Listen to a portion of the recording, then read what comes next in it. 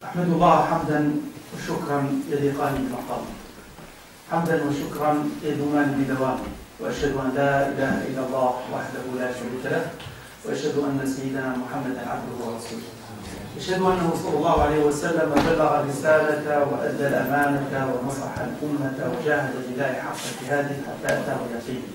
أما بعد، عباد الله إخواني، السلام عليكم ورحمة الله وبركاته. سوف أحاول وإياكم أن نتحدث عن موضوع مهم، موضوع متعلق بالربا الذي حرمه الله ورسوله. ولكن قبل أن نتحدث عن الآيات والنصوص التي تبين تحريمه، سوف نحاول أن نفهم ما هو الربا، ما طبيعته، وكيف يتجلى على أرض الواقع. وقبل ذلك أريد أيضا أن نتحدث ولو بقليل أن المسلمين يجب عليهم أن يهتموا بهذه الجوانب التي هي جزء أساس من دينهم، لأن الدين لا يقتصر فقط على الأمور العباداتية، وإنما جانب الأساس منه هو المعاملات. Donc, mes chers frères, mes chers sœurs, d'abord, assalamu alaikum wa rahmatullahi wa barakatuh et bonsoir à tous. Je voudrais, avant de commencer en guise d'introduction, de parler un peu de certaines choses qui affirment que la religion musulmane ne se base pas seulement sur des côtés héritiers. La religion musulmane est une religion qui s'articule autour de trois piliers essentiels: la foi, la croyance, les valeurs. Ensuite, al-fiqh, c'est-à-dire dans ces deux branches, les côtés rituels et les côtés relationnels.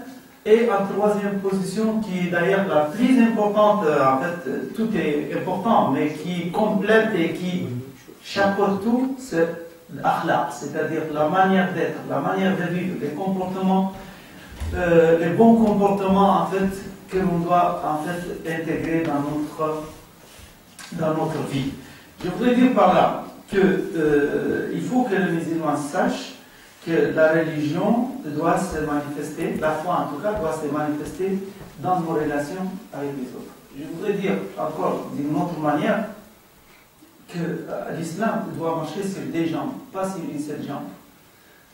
Souvent, parfois, on met beaucoup d'importance, c'est-à-dire on accorde beaucoup d'intérêt au côté rituel, au côté ibadat, c'est-à-dire le tahara, le zakat, les pèlerinages, et on oublie ou bien on sous-estime, certains sous-estiment les côtés relationnels, les côtés de mu'amalat. Alors que quand on étudie bien le hadith et quand on étudie bien le din, on trouve parmi les textes, par exemple, le hadith dans lequel Rasulullah dit la religion réside dans la mu'amala, dans la qualité des relations. Les fonds, la substance de la religion, dans la qualité des mu'amala. Parce qu'Allah subhanahu wa ta'ala a besoin de personnes. Allah subhanahu wa ta'ala a donné des orientations à travers la religion pour que les êtres humains vivent mieux entre eux. Tout ce qu'on va dire aujourd'hui, ce soir, en ce qui concerne le riba, c'est pour que l'humanité va bien. C'est pour que les musulmans aussi portent un message positif, contributif, au bien-être commun, au bien-être collectif. ولهذا نحن المسلمون أعيدها مرة أخرى علينا أن لا نهمل المعاملات. كثير منا ببلداننا اليوم للأسف الشديد تجد المسلمين واحد تلقاه لما يكون ما شاء الله يصلي، والله تلقاه يعمل الصدقات ولا يعمل الحج، بس تلقاه ما يعطيش الأهمية الكبرى لأشياء حرمها الله ورسوله، مثل حرمة الربا، مثل حرمة الغش. كيفاش واحد يكون يصلي ويمكن بعد الصلاة مباشرة يغش، بعد الصلاة مباشرة يبيع لك سيارة وما يقول لكش الخلل اللي فيها، بينما الله سبحانه وتعالى والرسول صلى الله عليه وسلم حرم الغش، والرسول يقول من غشنا فليس منا. Il faut qu'il y ait une cohérence entre ce qu'on croit, ce qu'on dit et ce qu'on fait. Et s'il n'y a pas cette cohérence, c'est-à-dire que la foi est défectueuse. La foi, s'il n'y a pas cette cohérence, ça veut dire qu'il y a quelque chose qui tourne mal, qui ne va pas. مش بس واحد يقبل الدين ويقرا ويجي ويروح للجامع وكذا وما يطبقش اللي قال الله ورسوله وما يبحثش عليها، يخصه يعرف انه الدين مش بس الصلاه، مش بس الصلاه، حتى الصلاه ينبغي ان تكون من اجل ان تحسن انت علاقتك مع الاخرين. يقول الله سبحانه وتعالى أرأيت الذي يكذب بالدين فذلك الذي يدعو اليتيم ولا يحض على طعام المسكين فويل للمصلين الذين هم عن صلاتهم ساهون. الصلاة هي ذات خاصة تكون تنعكس على الأعمال. الصلاة est là pour aussi, non seulement pour purifier l'être, mais pour aussi se refléter sur les relations avec les autres. Et quand on donc se pose la question sur les relations avec autrui, on doit se dire qu'est-ce qu'Allah nous demande, qu'est-ce que notre prophète nous indique pour que notre relation soit la meilleure et la plus proche de ce qui satisfait Allah subhanahu wa ta'ala. Première chose, on doit savoir qu'Allah subhanahu wa ta'ala nous a honorés, il nous a responsabilisés, il nous a donné des défauts divins. Inna aradna al-amanata ala as-samawati wal-ardi wal-jibal fa'abayna an yahmilnaha wa ashfaqna minha wa hamalaha al-insan. Donc on est responsable et on a la faculté de comprendre. Alhamdulillah. Et comme on est responsable, on doit se poser la question. On ne doit pas rester les bras croisés, on doit se poser la question. Qu'est-ce qui est demandé de moi? ما المطلوب مني حتى أكون مستقيما؟ قل آمنت بالله ثم استقم. ولكن لكي تكون مستقيما ينبغي أن تسألوا أهل الذكر إن كنتم لا تعلمون. الإنسان مش ممكن يعرف الأشياء الأساسية بوحده. Il faut qu'il se pose la question. Et poser la question dans le cadre de mu'amalat, par exemple, quand on pose la question dans le cadre de mu'amalat, c'est-à-dire dans des relations commerciales et économiques, parce que le sujet est très vaste, le sujet de mu'amalat est très vaste, et moi je voudrais donc rentrer directement dans le vif du sujet et parler de certaines indications qu'Allah subhanahu wa ta'ala et son prophète Muhammad sallallahu alayhi wa sallam nous ont données en ce qui concerne l'encadrement des relations économiques et commerciales. L'encadrement de ces relations économiques et commerciales est d'abord dans une logique islamique et d'abord doit être les choses, en fait, le musulman doit réaliser ses contrats, réaliser ses opérations dans une optique éthique et morale. Et pour sortir, c'est un beau mot, on dit éthique et morale. Mais qu'est-ce qui est derrière concrètement? Concrètement, c'est d'éviter certains interdits. Éviter certains interdits, par exemple, refuser catégoriquement d'induire les autres en erreur. Refuser catégoriquement la fraude, l'aléa, l'incertitude. Et ça rentre dans ce mot, dans ce concept que l'on retrouve dans notre jurisprudence, à savoir al-gharar, l'interdiction d'al-gharar. Allah wa rasuluhu sallallahu alayhi wa sallam, Allah harrama, Rasul sallallahu alayhi wa sallam harrama bi hadith rawahu Abdullah ibn Umar, قال نهى رسول الله صلى الله عليه وسلم عن بيع الغرر وآيات كثيرة ويقول من غشنا فليس منا والغش نوع من الغرر وآيات كثيرة تدل أيضا على أن الغرر كالتطفيف والغش. يقول الله سبحانه وتعالى في سورة المطففين ويل للمطففين الذين إذا اكتالوا على الناس يستوفون وإذا كالوهم أو وزنوهم يخسرون ألا يظن أولئك أنهم مبعوثون ليوم عظيم يوم يقوم الناس لرب العالمين. Donc, première chose déjà, je vais vous dire juste 4 interdits, pas plus. 4 interdits qui orientent en fait les comportements d'un musulman en fait à minimum. On peut toujours faire mieux, mais à minimum il faut refuser 4 interdits parmi lesquels on va parler de riba. Le premier interdit c'est celui-là. Éviter catégoriquement toutes sortes d'aléas, c'est-à-dire tout ce qui peut conduire l'autre, tout ce qui peut induire l'autre en arrêt. Parce qu'un musulman ne doit pas être quelqu'un qui triche, quelqu'un qui vole, ou quelqu'un qui trompe, ou quelqu'un qui essaye d'être comme une parasite, de vivre au détriment de l'autre. Non, المسلم ما ياكل شيء إلا بالحق، لأنه عارف أنه راح يسأل الله سبحانه وتعالى من وين جاءت هذه النقود، من وين أكل، لأن الرسول صلى الله عليه وسلم يقول لا تزول قدم عبد يوم القيامة حتى يسأل عن 4.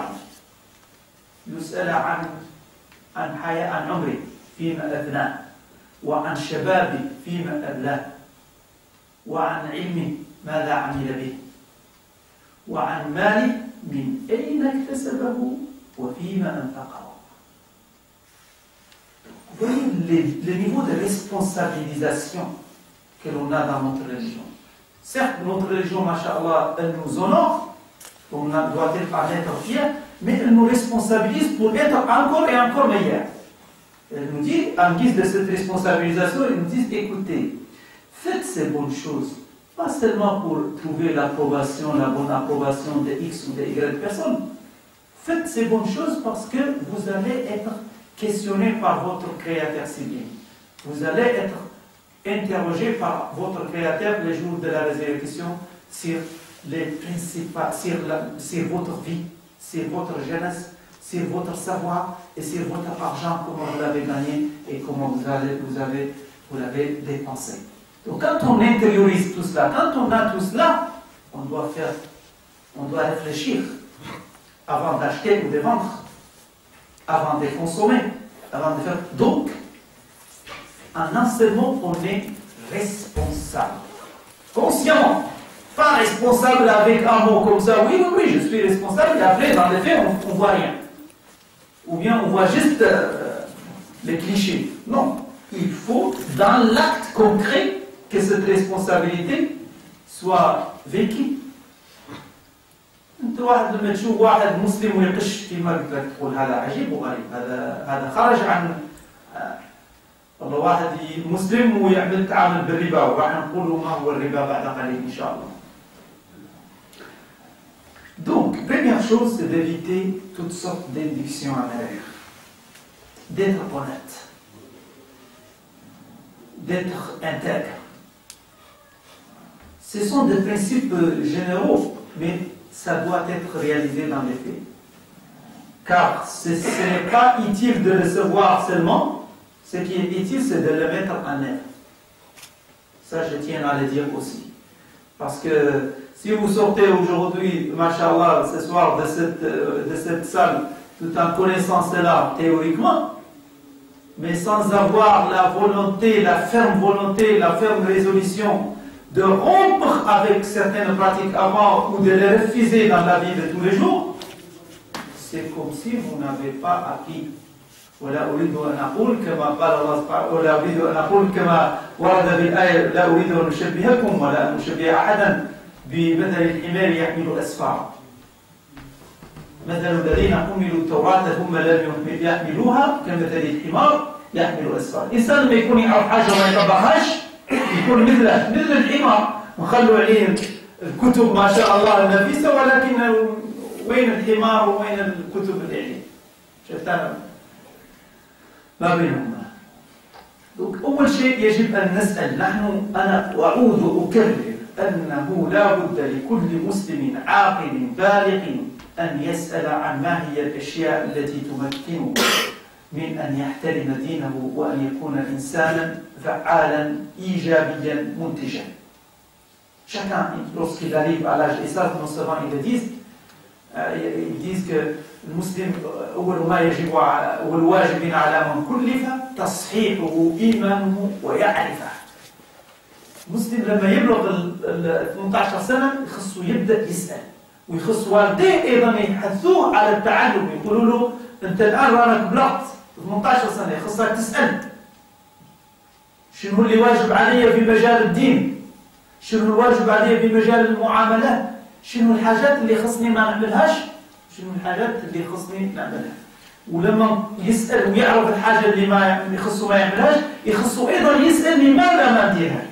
صحيح كثير من الآباء ما شاء الله والأمهات يمكن الله غالب ما عندهم شيء جواب، ولكن يمكن يدلوهم على من يستطيع أن يعطيهم الجواب. يسأل. الله أعطاك لسان تسأل، تبحث، تسأل. عندك الهاتف اليوم الحمد لله يمكن تسأل في كل مكان، يمكن تتصل بباكستان، يمكن تتصل بماليزيا، يمكن تتصل بالسعودية، يمكن تتصل بكل مكان. لكن الذي أنصح به أيضا حتى في مجال الأسئلة أن يكون المجال واسع. Il ne faut pas non plus se limiter sur une seule source. Il faut multiplier les sources pour arriver en fait à une connaissance plus proche de l'esprit authentique. Personne dans la vie après le prophète sallallahu alayhi wa sallam, personne ne peut détenir les monopoles du savoir. Aucun n'a le droit de monopoliser le savoir. La seule garantie que l'on a, la seule chose dont on assure, c'est les vérités, en tout cas au niveau de nous musulmans, les vérités prononcées dans les Corans. Les vérités immuables qui sont prononcées dans les Corans. Par rapport aux interprétations, pour arriver à une interprétation la plus juste ou la plus proche de l'esprit, le seul gage que l'on a, c'est de multiplier ce qu'on appelle dans la méthodologie croiser les ressources, croiser les questionnements. Poser une question à l'école, par exemple, Hanafi, à l'école Malikite, à l'école Shafi'ite, croiser tout cela, c'est vrai que ce n'est pas donné à tout le monde, mais en posant cette capacité, n'est pas donnée à tout le monde, mais en posant la question à plusieurs chefs et en demandant pourquoi, on peut arriver à acquérir une sorte de, comment dirais-je, une conviction solide et robuste. Ça, c'est important à dire maintenant, parce que quand on arrive au sujet des riba, vous allez voir qu'il y a beaucoup d'interprétations, parfois des interprétations banales. Certains parfois osent donner des interprétations comme ça sans même avoir les études nécessaires ou les compétences nécessaires pour pouvoir le faire. J'étais en train de dire qu'il faut absolument, à chaque fois, se poser des questions et demander des explications. Et notamment en matière du relationnel, en matière des actions économiques et commerciales, parce que dans la vie, et ça c'est bien, en tout cas pour le musulman, il n'y a pas de complexe vis-à-vis de la richesse. On n'est pas comme des religions qui ont des complexes vis-à-vis. On est dans la mosquée, on peut parler de l'argent, on peut parler du business, on peut, dans le cadre d'un cours. C'est vrai que dans la mosquée, ce n'est pas autorisé que des fidèles, au moment de la prière ou avant la prière, qui parlent de business. Non, ça c'est pas autorisé, c'est interdit même de parler de ça. من تحدث في المسجد بأمور الدنيا في وقت الصلاة فذلك يأكل حسنات كما تأكل النار الحطب الرقيق كما ورد في مضمون حديث معروف أن الحديث في أمور الدنيا في داخل المسجد يأكل الحسنات كما تأكل النار الحطب الرقيق. Parler de choses de dunya dans la mosquée en dehors d'un cas de dars ou d'un cas de conférence, une chose comme ça, c'est dangereux. Mais je dis ça en fait pour rappeler que dans la religion musulmane, il n'y a pas de complexe vis-à-vis de la richesse, alors que d'autres religions, il y a des religions où parler de la richesse, ce n'est pas pour la religion. Non, nous dans la religion, on doit parler de la richesse parce que parler de la richesse, c'est pour des raisons. C'est pour acquérir une richesse légitimement, de façon halal. Et c'est aussi parce qu'on a la conviction que la richesse est une bénédiction, est un bienfait. La richesse est un bienfait d'Allah subhanahu wa ta'ala. يقول الله سبحانه وتعالى المال والبنون زينة الحياة الدنيا. المال زينة الحياة الدنيا. ولكن على المسلم أن يعرف كيف يكسب المال بطريقة حلال كما ذكرنا في الحديث الذي ذكرناه آنفا. يقول كل واحد يعني وعن ماله من أين اكتسبه هو فيما أنفقه. Donc oui, vous avez le droit de chercher à être riche, et un riche qui sert la Ummah, qui aide la communauté, est meilleur, peut avoir plus de hasanat que quelqu'un qui choisit plutôt l'assistanat ou autre. C'est mieux de chercher à être riche ou bien d'autosuffisance, pas forcément de la richesse, mais au moins d'autosuffisance, de pouvoir vivre dignement sans tendre la servie ou tendre la main à autrui. Et la question qui se pose, comment je peux arriver à cela tout en respectant mon éthique, tout en respectant mes principes religieux. Et moi, je voulais commencer par ce qui est à éviter. Parce que ce qui est à éviter ou ce qui est interdit est très limité. Contrairement à ce que certains peuvent penser en ce qui concerne l'islam. Ils peuvent penser que l'islam, c'est les interdits, c'est ceci ne fait pas, ceci ne fait pas. Non. L'islam est une religion très compréhensible de la réalité humaine. Pourquoi? Parce que ça vient du créateur de l'humain. Donc c'est compréhensible de la réalité humaine. Quelques interdits, et en dehors de cela, il y a une liberté, une marge de manœuvre pour réagir, pour inventer, pour entreprendre et pour accroître les choses. Parce que l'objectif derrière, on le trouve dans les Corans, l'objectif c'est de valoriser la terre, valoriser la vie. Allah يقول في كتابه العزيز هو الذي أنشأكم من الأرض واستعمركم فيها.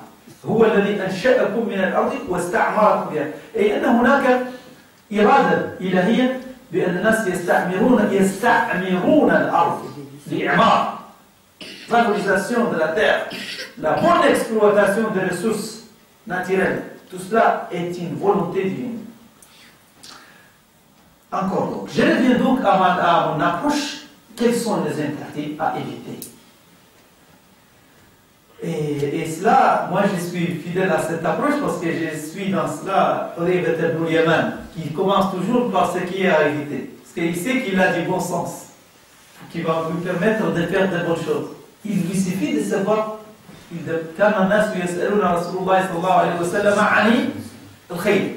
وحذيفة بن اليمان يقول: وكنت أسأله عن الشر مخافة أن أقع فيه. Il préfère commencer par cette approche. Voilà. Donc moi je vous ai déjà dit, première chose à éviter, c'est al-gharar, l'induction en erreur, l'aléa, l'incertitude, vendre le fictif aux autres, vendre l'illusion aux autres, tromper les autres, manquer de transparence par rapport aux autres, manquer de traçabilité, tout cela, non. Un musulman, dans ses business, dans ses relations économiques, doit être transparent, doit veiller à vendre des choses transparentes. إذا كان في حاجة عيب يريد يبيعها قول والله شوف هذه voilà les caractéristiques de ce que je peux vous vendre. Si ça vous plaît, marhaba. Si ça vous plaît pas, il y aura un autre acheteur.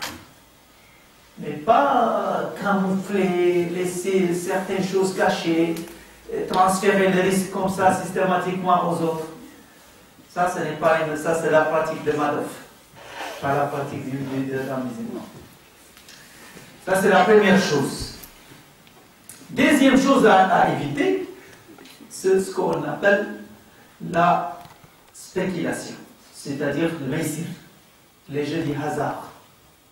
Et ceci est des jeux du hasard comme les lotos. Mais malheureusement, on voit parfois des musulmans qui jouent les lotos, qui jouent les PMU.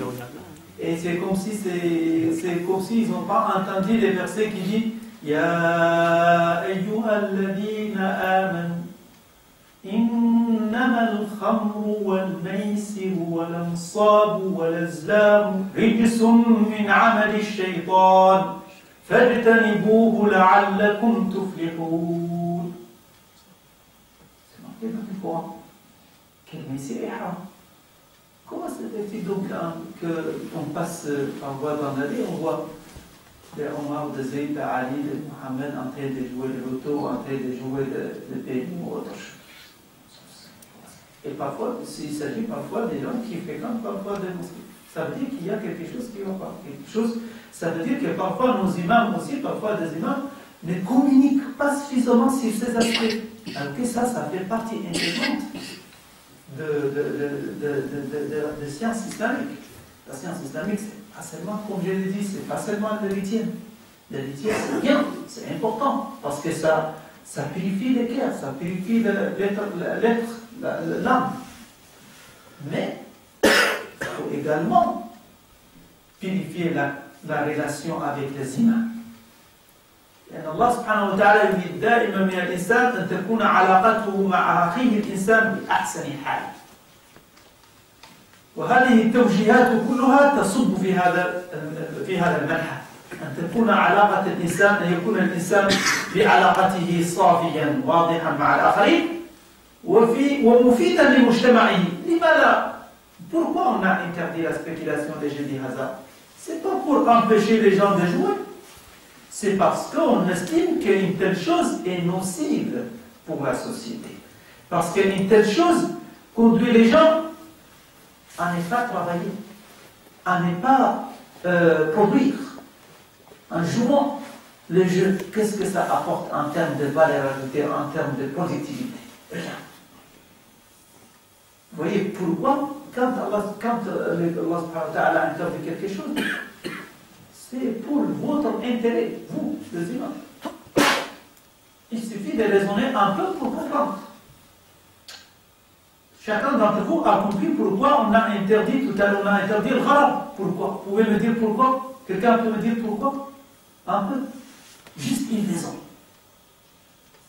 La principale raison, c'est pour qu'il y ait le maximum de confiance entre les gens.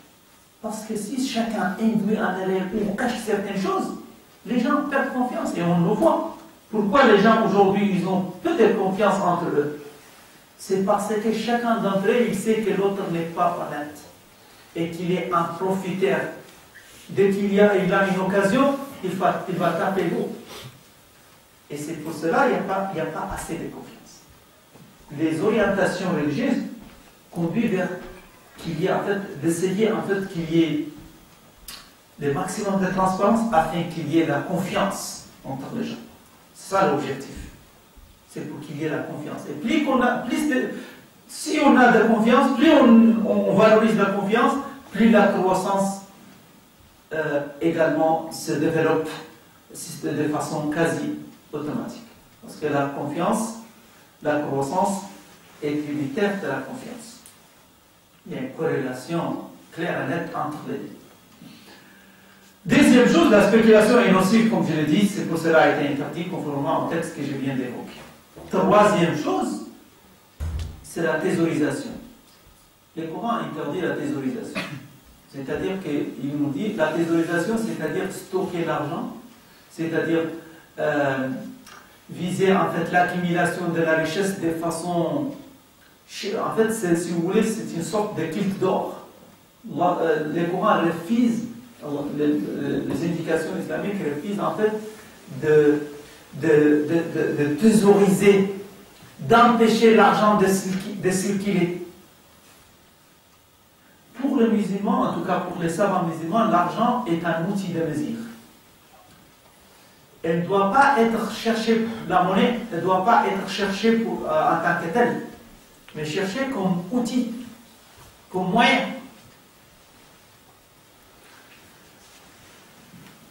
Et cette interdiction en fait de iktinaz, que l'on appelle iktinaz, se trouve dans le texte du verset de Sourate At-Tawbah. Ya ayyuhalladhina amanu, a'udhu billahi minash shaitanir rajim, ya ayyuhalladhina amanu, inna kathiran min al-ahbari war-ruhbani la ya'kuluna amwala an-nas bil-batili wa yasudduna an sabilillah والذين يكنزون الذهب والفضة ولا ينفقونها في سبيل الله فبشرهم بعذاب أليم. الذين يكنزون الذهب والفضة ولا ينفقونها في سبيل الله فبشرهم بعذاب أليم يوم يحمى عليها في نار جهنم فتكوى بها جباههم وجنوبهم وظهورهم هذا ما كنزتم لأنفسكم فذوقوا ما كنتم تكنزون. نسأل الله السلام. إذا المسلم ينبغي أن يكون عندما يكون عنده مال إما أن ينفقه بمظان الإنفاق الشرعي وينفقه بقوام الذين إذا أنفقوا لم يسرفوا ولم يقتروا وكان بين ذلك قواما، وإما أن يستثمره.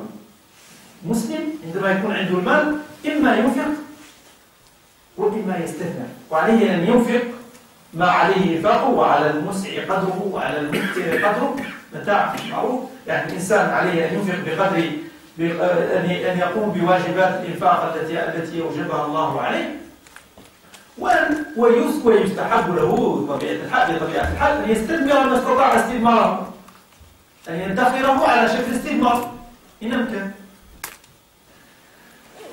وإذا كان الإنسان يريد الاستثمار فإن عليه كما قلت أن يتجنب الاستثمارات الربوية، وهذا يقودنا إلى الحديث عن الربا. الاستثمارات الربوية، الاستثمارات الربوية مثلا أن تضع نقودك في حساب يدر عليك فوائد مقابل الزمن.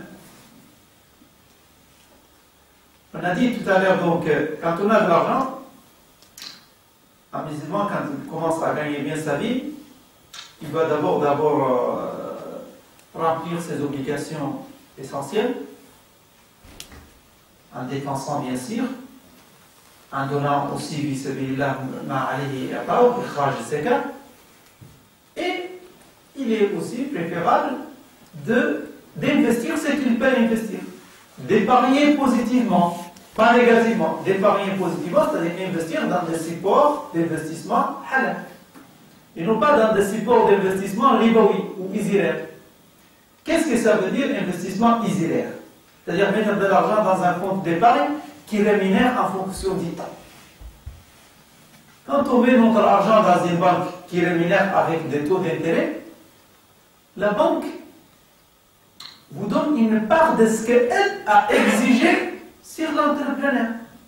Elle prend de l'argent sur vous, de X, Y personnes, elle donne de l'argent à X et Y personnes. Pour ces côtés, on va imaginer par exemple que ces côtés sont des déposants, des gens qui ont... Comment fonctionne une banque? C'est comme ça. Vous avez des déposants, des personnes qui ont gagné leur vie, qui mettent de côté quelques sommes d'argent, ils viennent me voir en tant que banquier, je le mets dans mon compte. Et puis d'autres qui demandent de l'argent pour investir. Je donne par exemple 10 000 à ces investisseurs et j'ajoute un intérêt en fonction des temps, qui va être par exemple 7%, on va dire. Et je m'engage à verser 2,5%, 3% pour ceux qui vont amener de l'argent. Donc ceux qui ont déposé de l'argent dans ces comptes sont complices ou pas? Ça veut dire qu'ils sont complices dans cette opération. Si on les considère comme une opération illicite, d'un point de vue des droits de l'homme, ça veut dire que ceux aussi sont dans les harams. D'ailleurs, pourquoi on a par exemple les hadiths de Jabir ibn Abdillah qui dit La'ana Rasulullah sallallahu alayhi wa sallam akil al-riba wa mukilahu wa katibahu wa shahidayhi wa qala hum sawa. Le prophète de l'islam, selon le hadith rapporté par Jabir ibn Abdillah, a déclaré comme maudit par Allah subhanahu wa ta'ala celui qui fait manger le riba, celui qui prête, celui qui emprunte avec lui, celui qui rédige l'acte, et ceux qui sont témoins. Et il a dit, sont tous égaux dans la complicité en fait de l'acte. هم سواء في الإثم لأنهم متعاونون. هذا جاب الفلوس، هذا جاب الفلوس وأخذ ربا، هذا أخذ الفلوس وأخذ ربا، وهذا كتب الفلوس، هذا الشخص اللي خدام مع البنكة، وهذا اللي النوتير، وهذا الشخص، كلهم في العملية متعاونين مع بعض، هم سواء وملعونين الكل والعياذ بالله. لهذا لما المسلمين هذا عندهم شيء يفكروا كيفاش راح نجيبوا حل آخر. ومن هذا الحلول التي وضعت البنكة الإسلامية لما تخدم بايزون ما تعطيش لهذا ديزانتيري، ما تقولوش أنت نعطيك ديزانتيري، mais plutôt je vous donne une part de ce que je vais gagner. La différence, parce que là je vais ouvrir juste une parenthèse, je vais revenir à l'introduction de riba pour expliquer davantage, mais je saisis l'occasion tout de suite pour vous dire la petite différence entre les modèles bancaires islamiques à l'heure actuelle et les modèles bancaires conventionnels. Dans les modèles bancaires conventionnels classiques, j'emprunte avec intérêt, la banque emprunte de l'argent auprès des déposants, de monsieur tout le monde, collecte de l'argent en donnant des intérêts et accorde des crédits en fixant des intérêts. Et elle gagne la différence. Parfois même, elle dépasse, et ce qui est le cas, elle dépasse, elle donne des crédits encore plus de ce qu'elle a emprunté auprès des déposants. Ce qui se passe aujourd'hui avec la crise bancaire, c'est que les banques ont exagéré, plus. Avec des produits dérivés, avec des choses que l'on ne peut pas, fictives, que l'on ne peut pas en fait expliquer ici, c'est très, en fait, plus compliqué très compliqué en fait, avec des mécanismes en fait de financement. Si à la base, bien sûr, en respectant, il y a bien sûr des outils de régulation, mais qui sont des outils de régulation quand même qui n'arrivent pas à tout régler. Il y a des règles, par exemple la règle des balles, les comités de balles qui essayent de fixer que un taux entre les fonds propres de la banque et le volume de ce financement. Les fameux taux de 8%, de 9% ou de 10% d'adéquation entre les capitaux propres et les impôts. ما ندخلوش فيها، حتى نقول لكم غير فكرة على كيفاش البنكة الإسلامية صارت تخدم لما هي موجودة. قل ما دام الربا حرام لازم حرام، نقول خلاص هذو الناس اللي يعطاو فلوس Donc c'est quand vous donnez de l'argent à une banque islamique, vous êtes des partenaires. Donc je ne vous promets pas des taux d'intérêt, mais je vous dis, si moi en tant que banquier je gagne de l'argent, vous aurez une part du profit que moi je gagne. Donc vous avez une part qui varie, qui ne varie pas en fonction du temps, ce qui est dans les cas des banques classiques, mais qui varie en fonction de ma performance, en fonction de la productivité de la banque. Vous les déposants. Donc vous êtes partenaire avec moi. Si je gagne, je vous donne le plus, je vais faire tout le nécessaire pour qu'à chaque fois, mes résultats soient positifs. Et avec vous, les investisseurs, les entrepreneurs, ceux qui ont des entreprises, je donne de l'argent et je ne demande pas non plus des intérêts en fonction en fonction du temps. Je vous dis, ok, vous avez une entreprise, soit je vais vous acheter des choses et je vous revends ce que vous en avez besoin, comme des équipements, des biens, etc., des machines. Soit je rentre aussi comme partenaire avec vous. S'il y a un résultat positif, des profits, on partage. Donc ma rémunération en tant que banque islamique, ça va être dans les deux cas, une rémunération plus ou moins participative. Je partage avec vous, je partage avec vous. Et c'est pour cela qu'on trouve parmi les règles essentielles de la finance qui se veut respectueuse de l'éthique musulmane, on trouve une idée essentielle, celle du partage des risques. Partage des risques. Partager les risques. وهذا يعني حتى ما يكونش فيه جماعة مظلومين على حساب آخرين. لا تظلمون ولا تظلمون. ما تظلمش وما تظلم. لا ضرر ولا ضرار. كما قال رسول الله صلى الله عليه وسلم.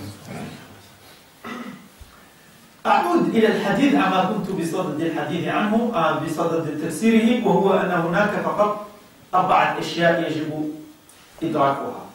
أن تحريم الغرض، pas d'aléa, pas d'induction en arrière, pas de tromperie, pas de fraude. Première chose sur laquelle il faut mettre le courant dans la vie réelle. Deuxième chose, pas de spéculation. On ne spécule pas, on produit. On ne spécule pas, on produit, on contribue positivement à l'évolution des choses. Troisièmement, pas de thésaurisation. On ne thésaurise pas. Quand on a de l'argent, soit on le dépense, soit on l'investit pour le fructifier. Ok? Et quatrièmement, pas de riba. C'est-à-dire pas d'usure, pas de taux d'intérêt. Pourquoi pas de riba? On peut se poser la question. Comment se fait-il que les commerces, on a dit tout à l'heure que la richesse, chercher à être riche, les commerces, c'est tout à fait halal. Comment se fait-il que le riba est haram? Comment se fait-il que l'intérêt est haram? Même les Qurayshites, ils ont posé cette question. Mais en fait, les idolâtres, lorsque le prophète sallallahu alayhi wa sallam est venu prêcher les messages de l'équité, de la justice au niveau de la Mecque et Médine, les gens déjà, ils ont posé cette question. Ils se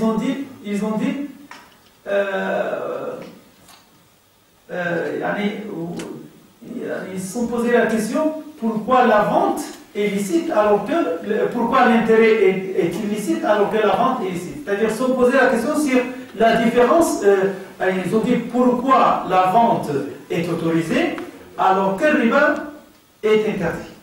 Ou pourquoi le profit est considéré comme licite alors que l'intérêt, lui, est considéré comme illicite. Là, ça va m'amener à vous expliquer que le profit est différent par rapport au riba. Mais d'abord, je vous explique pour riba, qu'est-ce que c'est.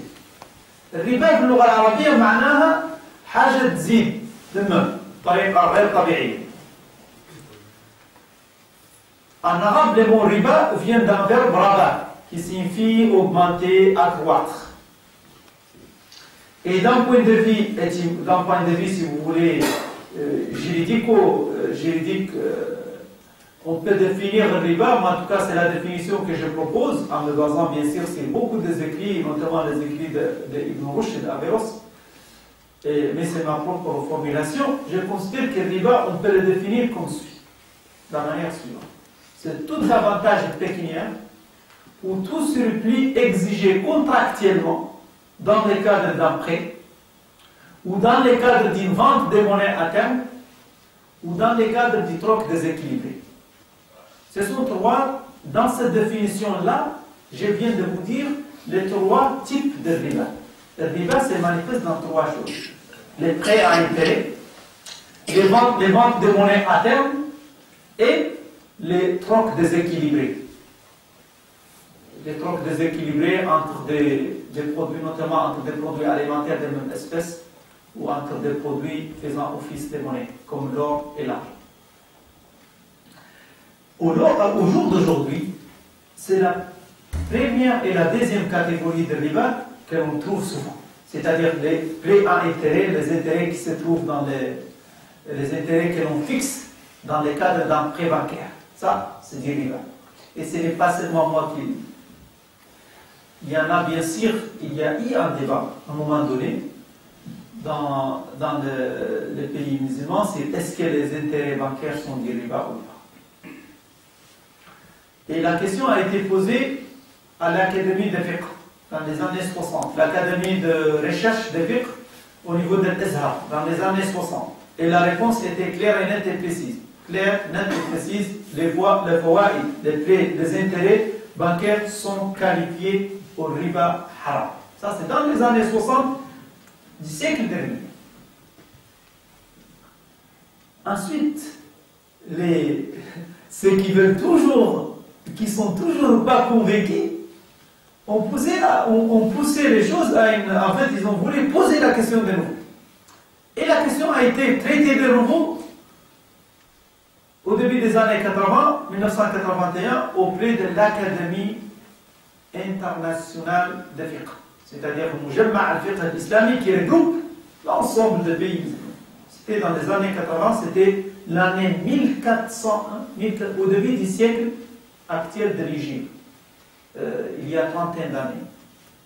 On a posé aussi cette question, est-ce que les intérêts bancaires sont riba ou pas? Et l'Académie internationale de fiqh a dit clairement oui, les intérêts bancaires sont de riba haram. Résolution, vous pouvez la voir sur le site internet de Mujamma al-Fiqh al-Islami. Vous écrivez Académie de fiqh, vous tombez sur la résolution. Vous pouvez trouver la résolution sur l'Académie de fiqh, sur le site internet de l'Académie de fiqh, qui est au jour d'aujourd'hui la référence. Au jour d'aujourd'hui, si vous voulez, on n'est plus comme avant, on se base sur l'avis de Cheikh tel ou Cheikh tel. Aujourd'hui, on tend vers une institutionnalisation de la fatwa, de la production jurisprudentielle. Parce qu'on sait pertinemment qu'au jour d'aujourd'hui, aucune personne individuellement peut être en mesure d'appréhender une problématique dans toutes ses dimensions. C'est quasiment impossible. Parce que les gens ont pris assez de temps. Ce n'est pas comme au temps des Shafi'i ou au temps de l'imam Malik où chacun d'entre eux peut mémoriser par cœur des centaines et des centaines de milliers d'années. Au jour d'aujourd'hui, on demande plutôt un avis collectif d'un comité de spécialité sharia. Et l'Académie de fiqh est basée sur ça. C'est suite à une étude de plusieurs experts, de plusieurs savants. Ils ont dit, voilà, les intérêts bancaires tels qu'ils sont pratiqués au jour d'aujourd'hui dans notre époque sont considérés comme riba haram. Ça, c'est 1980-81. Ça veut dire que le débat est clos. Ça, c'est une chose, c'est une certitude. Mais en 1998, ici en Europe, il y a eu les fameuses fatwas du Conseil européen de fatwa. Cette fatwa, beaucoup de gens ont mal compris cette fatwa, ou la substance de cette fatwa. C'est faute de communication peut-être. Parce qu'on a dit, en principe, je vais vous dire l'historique de cette fatwa, un peu. Pourquoi cette fatwa? Alors qu'il y a eu déjà la fatwa de l'académie au niveau des arts et au niveau de l'académie internationale de fiqh qui est à Jeddah. Pourquoi donc en 98 on revient à la charge? C'est parce que, et ça c'est sincèrement, c'est que vers les années 90 il y a eu notamment au niveau de l'IOF, au niveau de certaines organisations, des gens qui ont fait des études sociologiques sur les contraintes auxquelles s'exposent beaucoup de musulmans en Europe lorsqu'ils veulent accéder à la propriété. Donc on a demandé aux chouurs, un certain nombre de chouurs, trouvez-nous une solution quelque part. En disant oui, il y a des problèmes, les gens vivent dans des quartiers difficiles, ils payent cher les loyers pendant tout au long d'une vie, pendant des années, ils n'arrivent pas à accéder à la propriété, qu'est-ce qu'on peut faire? Et en réalité, quand vous demandez à un cheikh, les choses, quand vous donnez à un cheikh en fait une image aussi triste du contexte, il doit mobiliser tout ce qu'il peut mobiliser pour rendre la vie facile pour vous. Parce que l'islam est dit nusr. Parce qu'on a dans la religion toujours une règle qui dit qu'en cas de nécessité, en cas de contrainte, en cas de pénibilité pesante, on doit chercher l'assouplissement. Mais il faut avoir ça dans l'esprit d'abord. C'est lequel, en cas de nécessité, en cas de contrainte, en cas de pénibilité pesante, les jurisconsultes musulmans, les ulama, les savants, doivent essayer de chercher une solution. Et le problème, c'est que parfois, quand on donne comme ça, on va jusqu'à ça. Le problème, c'est que quand on donne aussi une solution, on le communique mal. Ça aussi, c'est un problème. Il faut donc recentrer les choses autour d'un contexte d'abord, parce qu'aucune fatwa, aucun avis jurisprudentiel n'est immuable ou infaillible.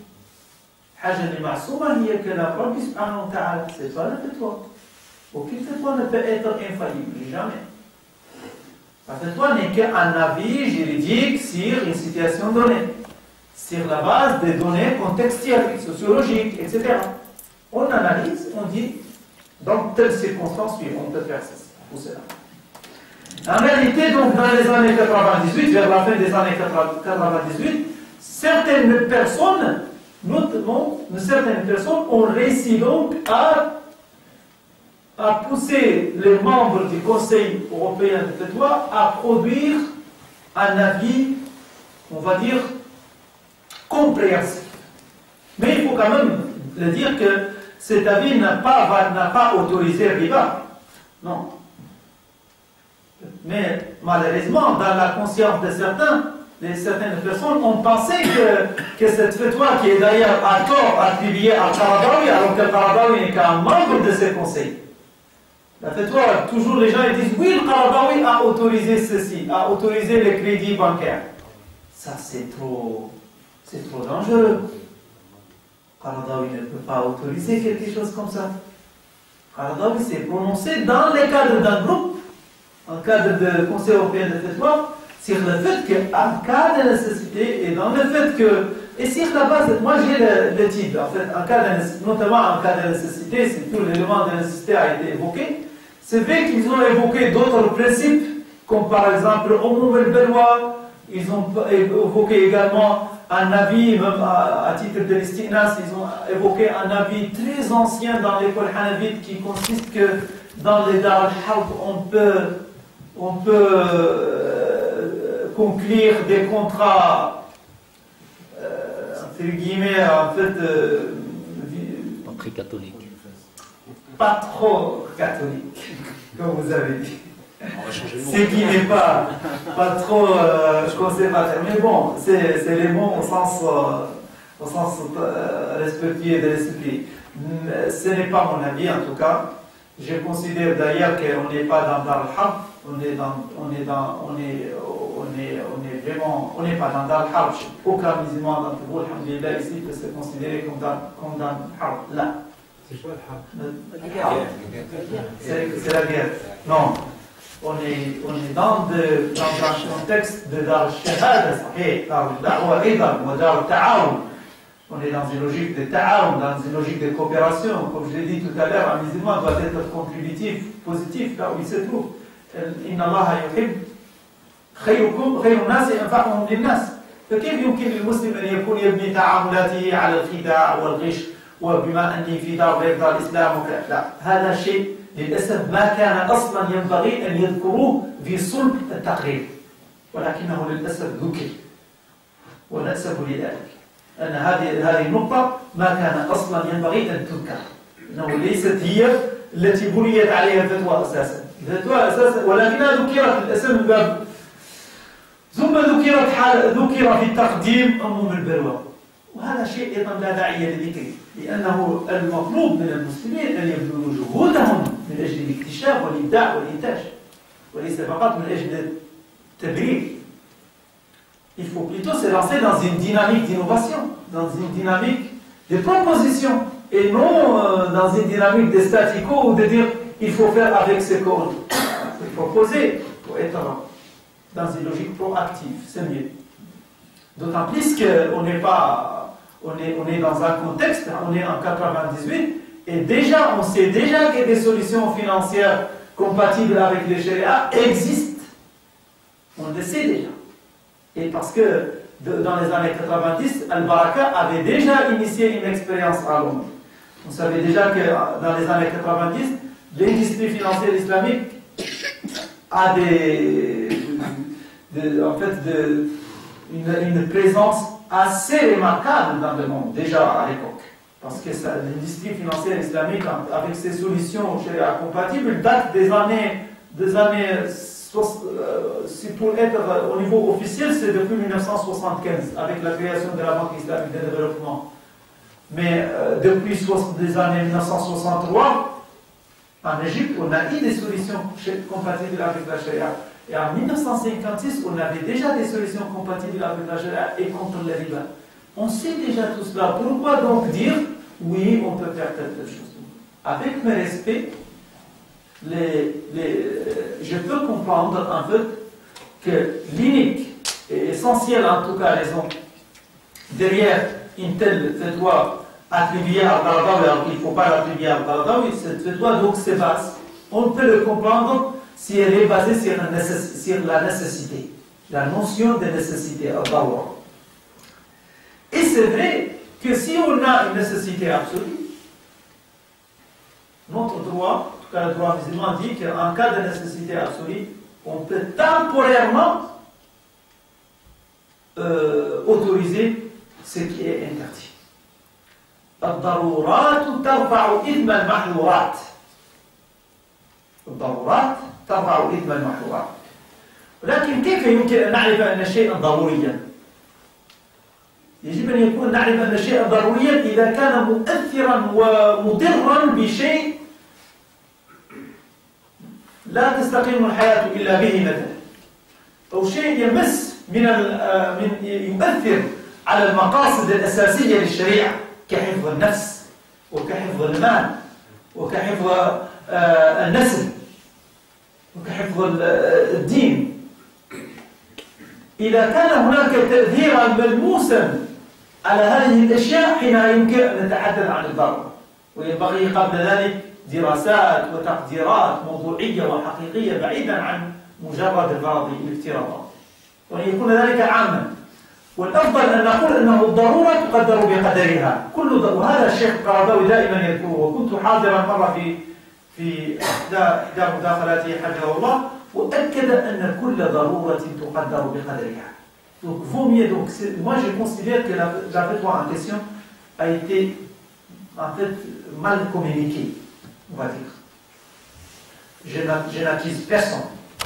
Juste, c'est peut-être aussi qu'il y a des éléments, à des périmètres qui nous échappent. Maintenant, pour revenir à la chose, il faut savoir que, comme toute chose par ailleurs, en tout cas en droit musulman, s'il y a une nécessité forte, absolue, on peut autoriser ce qui est interdit. ولكن فيما يتعلق بالقرض فيما يتعلق بحالة المسلمين هنا بفرنسا لا أكاد أقول، لا أستطيع أن أقول أن هناك ضرورة عامة، لكن قد تكون هناك ضرورة خاصة. Au cas par cas, on peut détecter des cas, des dossiers, des personnes selon leur profil qui se trouvent vraiment dans la daroura. Et pour ces gens-là, on peut leur dire à titre individuel, on peut leur dire voilà, vous pouvez le faire. Seulement pour aussi sa maison principale. C'est-à-dire pour vraiment lorsque la personne se trouve dans une situation particulière avec des enfants en charge, avec un risque sur l'éducation de ces enfants, avec plein d'autres paramètres, et que cela se discute très sincèrement entre la personne en question et les jurisconsultes pour déterminer tous les éléments autour, en ce moment-là, on peut dire en toute, j'allais dire en fait avec beaucoup de précautions, parce que ça va concerner que la personne en question, oui, il nous semble, ou il s'avère que vous vous trouvez réellement dans une situation de nécessité. Mais communiquer cela comme quelque chose, comme une ouverture générale, ça, ce n'est pas acceptable. Ça ne saurait être acceptable réellement, parce qu'on ne peut pas généraliser comme ça facilement. Les gens sont différents, leurs contextes sont différents, leur profil est différent.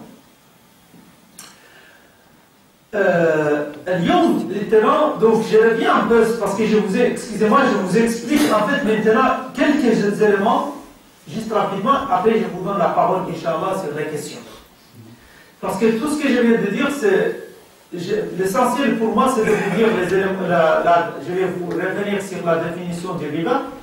Je dis qu'il s'agit de tout surplus exigé contractuellement, tout avantage pécuniaire, ou surplus exigé contractuellement, parce que si on n'exige pas un surplus, on le fait comme ça gratuitement, c'est-à-dire par exemple, si tu me prêtes 10 000 euros et pour 3 mois, et qu'au bout de 3 mois, je vous rembourse 15 000 euros, gratuitement, 5 000 de ma part, gracieusement de ma part, ce n'est pas du riba. C'est du riba lorsque tu m'exiges en tant que prêteur, tu m'exiges, je vous donne 10 000, vous m'en remboursez 15 000. Ce 5 000 est appelé riba parce qu'elle a été exigée contractuellement.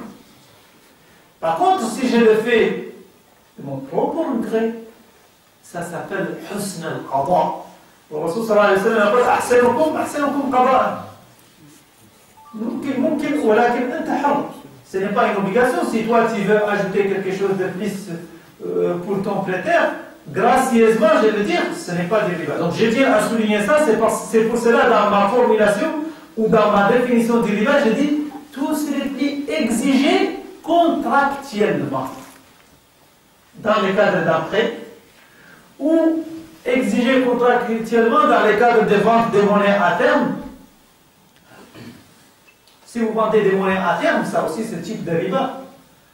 Quand on fait des transferts d'argent d'un pays à un autre, il faut le faire au comptant, au spot. Si on le fait à terme, c'est-à-dire si on laisse du temps, ou bien si on dit voilà, j'achète 10 000 dirhams pour le mois de juin prochain,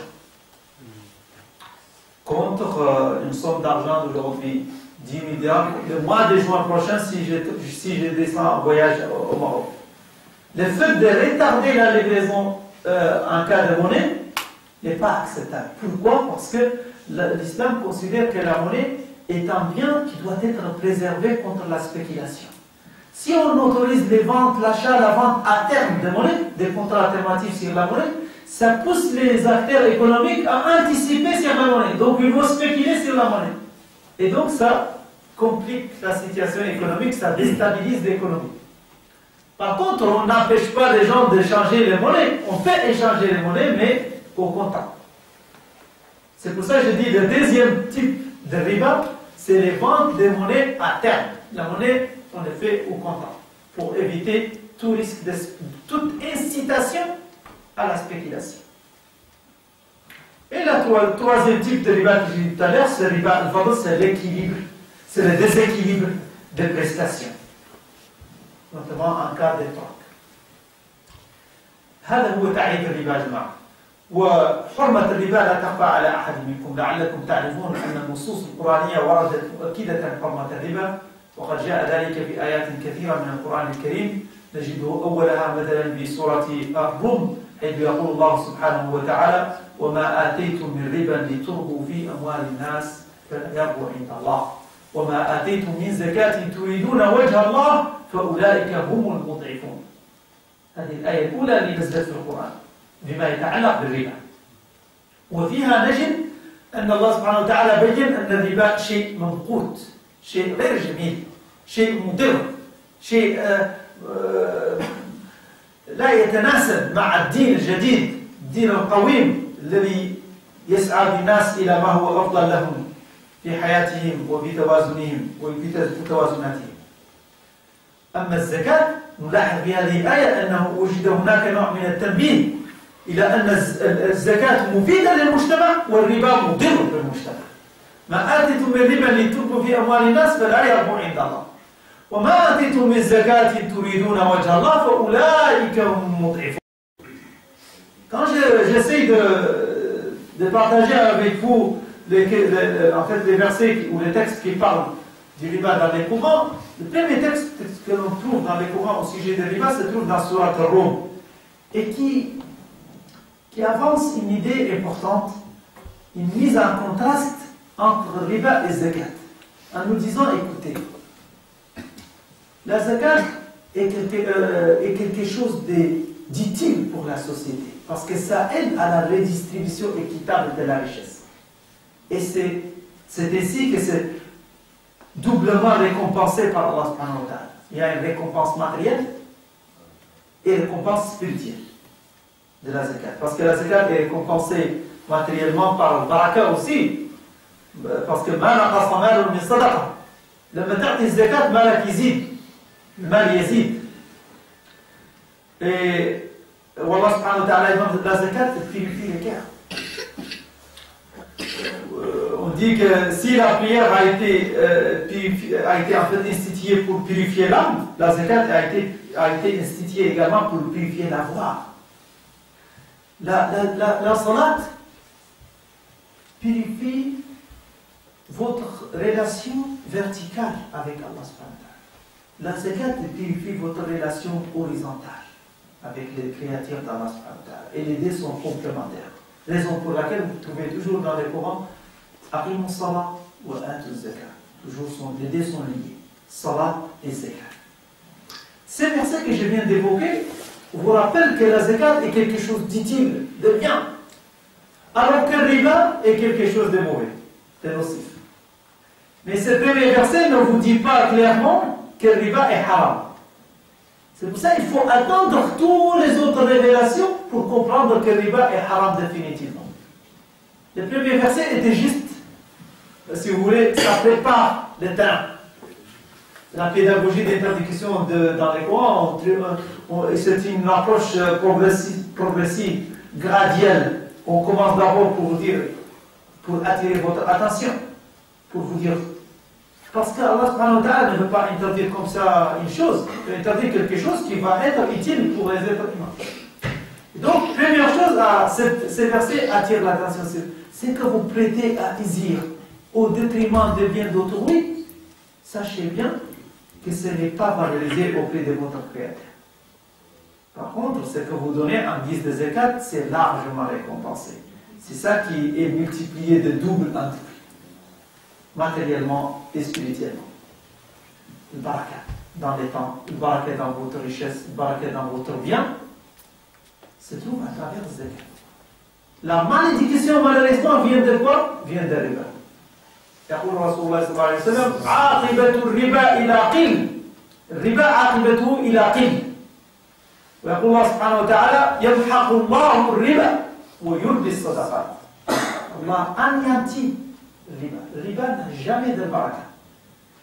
الإنسان الذي يأكل الربا كما ورد في القرآن الكريم الذين يأكلون الربا لا يقومون إلا كما يقوم الذي يتخبطه الشيطان من المس. ذلك بأنهم قالوا إنما البيع مثل الربا وأحل الله البيع وحرم الربا. Celui qui se livre à la pratique du riba, celui qui ose pratiquer le riba, c'est comme s'il déclare une guerre contre Allah subhanahu wa ta'ala.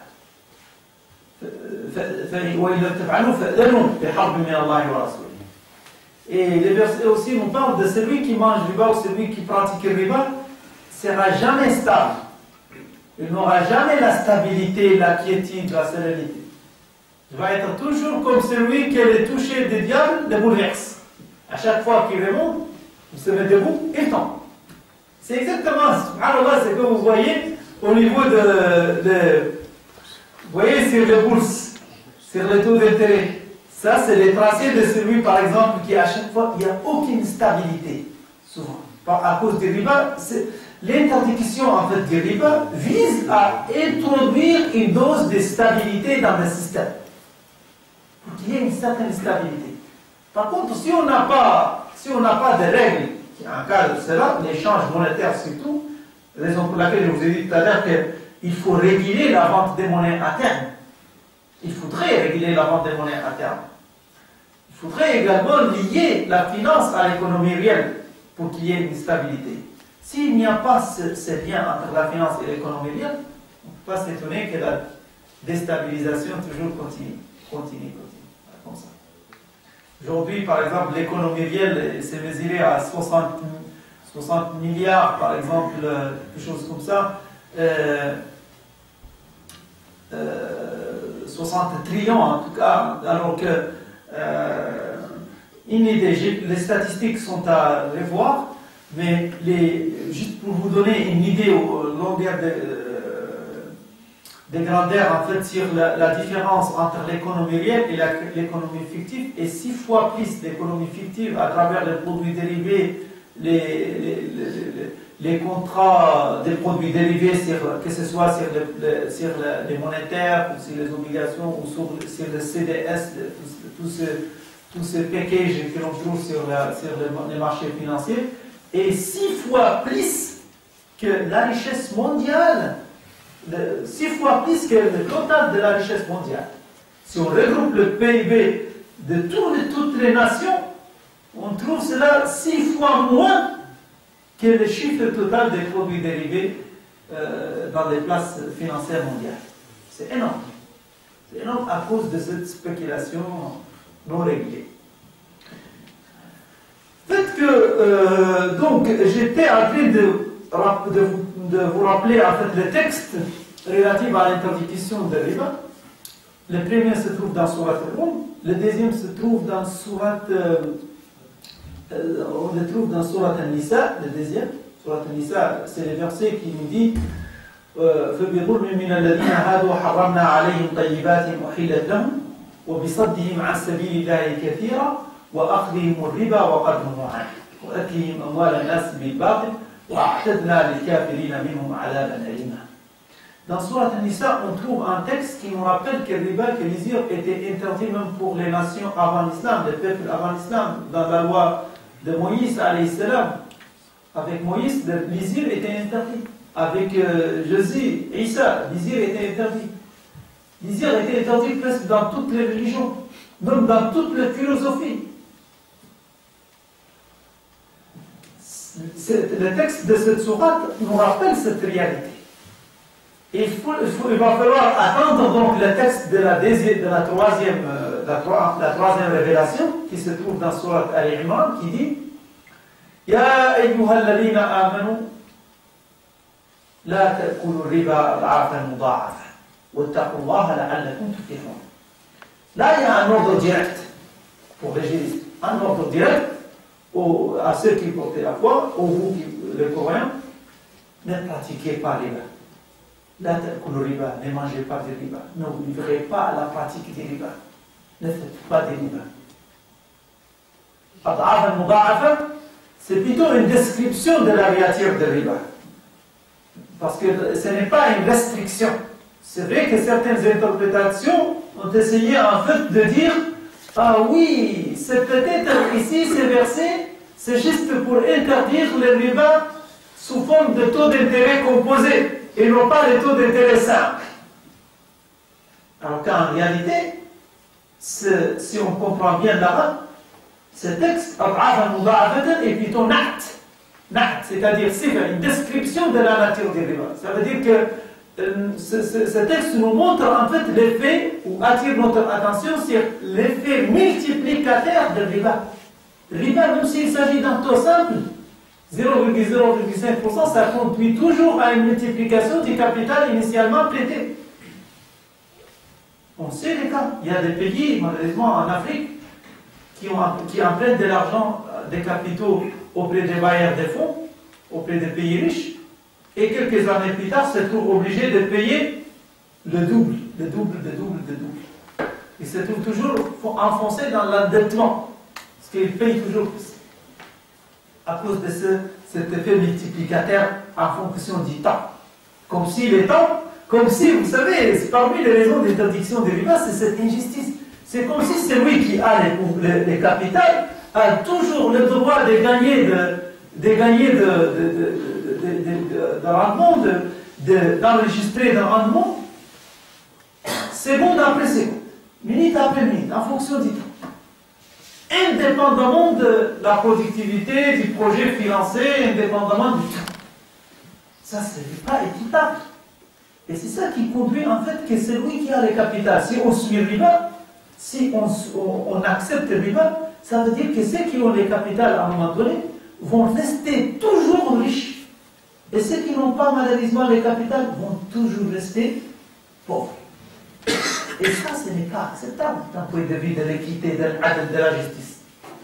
Il faut l'égalité des chances. Il faut qu'on accepte que les gens puissent accéder à la propriété, puissent développer. Et c'est dommage, malheureusement, c'est pour cela. Aujourd'hui, alhamdoulilah, même beaucoup des êtres humains commencent à prendre conscience de cela et qui disent attention, le système capitaliste est dangereux. Ils commencent à comprendre cela. Ce n'est pas à jeter entièrement, mais il y a véritablement besoin de changer certaines choses. Le corps de l'économie mondiale est malade. Même le dirigeant de tout le pays dit ça. Le président des États-Unis, il a déclaré dernièrement qu'il a utilisé la métaphore du malade, en disant que l'économie est malade. Les patients sont malades. Ils donnent des médicaments, mais ça continue à souffrir. L'économie souffre. Parce qu'il y a cet engrenage dans la spéculation et dans le désir. Et personne, les financiers ne vont pas oser dire non parce qu'elles sont propriétaires de ça. À un moment donné, c'est vous les consommateurs, c'est vous les citoyens, c'est vous aussi les politiciens qui doivent assumer leurs responsabilités en disant attention, ça si on continue comme ça va conduire à une guerre, à des guerres fratricides entre le peuple et entre les nations. Ce n'est pas dans l'intérêt. On est tous dans un seul bateau. Et il nous incombe à nous tous de chercher à quelque chose, à un système qui peut nous permettre de vivre correctement tous. Pour que les bateaux continuent, ça marche. Si on laisse certains creuser un trou dans les bateaux, ici le bateau s'écoule. On est tous perdus avec. C'est pour cela aujourd'hui, alhamdoulilah, il y a une prise de conscience auprès de tous pour changer un peu et pour apporter quelques réglementations pour minimiser les effets du capitalisme sauvage. De certains effets du capitalisme, en tout cas, notamment en ce qui concerne la spéculation, comme la vente à découvert, etc. Je reviens au texte. Parce que j'étais en train de vous dire que quand on analyse les textes du Coran, on trouve 4 révélations à propos au sujet du riba. La première dans Surat Rum, c'est pour montrer le fait qu'il faut une responsabilité sociale, il faut une responsabilité sociétale, il faut de la solidarité. Le deuxième texte qui nous rappelle également que le riba était interdit dans beaucoup d'autres civilisations avant. Le troisième texte nous rappelle que le riba est interdit et il attire notre attention sur l'effet multiplicateur de riba, et qui nous dit, qui nous déconseille en fait, et qui nous rappelle également de rompre avec cette pratique par crainte révérentielle d'Allah subhanahu wa ta'ala. Craignant Allah pour que vous réussissiez, afin que vous réussissiez, Inch'Allah. Le quatrième texte et le dernier au sujet de riba se trouve dans Surat numéro 2, Surat al-Baqarah. Et c'est le plus long texte parce que ça commence de verset 275 jusqu'à 280. Et c'est dans ce texte, c'est sans équivoque, clair, net et précis. أحل الله البيع وحرم الربا. الله سبحانه وتعالى الذين يأكلون الربا لا يقومون إلا كما يقوم الذي يتخبطه الشيطان من المس ذلك بأنهم قالوا إنما البيع مثل الربا وأحل الله البيع وحرم الربا فمن جاءه موعظة من ربه فانتهى فله ما سلف وأمره إلى الله ومن عاد فأولئك أصحاب النار هم فيها خالدون يمحق الله الربا ويربي الصدقات والله لا يحب كل كفار أثيم إن الذين آمنوا وعملوا الصالحات وأقاموا الصلاة وآتوا الزكاة لهم أجرهم عند ربهم ولا خوف عليهم ولا هم يحزنون يا أيها الذين آمنوا اتقوا الله وذروا ما بقي من الربا إن كنتم مؤمنين فإن لم تفعلوا فاعلنوا بحرب من الله ورسوله وإن تبتم فلكم رؤوس أموالكم لا تظلمون ولا تظلمون. صدق الله العظيم. Je voudrais m'arrêter un peu sur ce texte, ce texte qui vous dit لا وإن تبتم فلكم رؤوس أموالكم. Si vous voulez rompre avec le riba, sachez que vous aurez vos capitaux quand vous prêtez. Quand on prête, on a le droit juste de demander les capitaux initialement prêtés. لا تظلمون ولا تظلمون. Ne lésez personne et vous ne serez point lésés.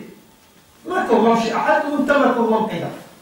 لا ضرر ولا ضرار كما ذكرنا آنفا في حديث رسول الله صلى الله عليه وسلم وموجود بالموطأ. لا ضرر ولا ضرار.